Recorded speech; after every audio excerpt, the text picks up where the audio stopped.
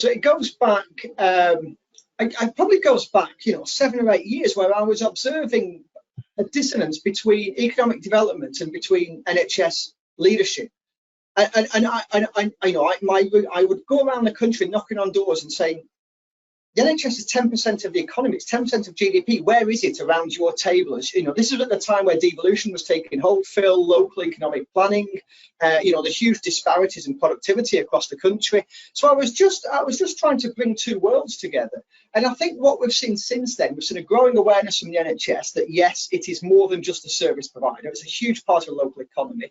And, given the fractured economy, given, of course, the pandemic, we've also seen that growing awareness from our economic leaders, from industry. Actually, the public sector has a key role, an anchoring role almost in many economies. And so I've long looked at how to bring these two together. I've supported different aspects of policy.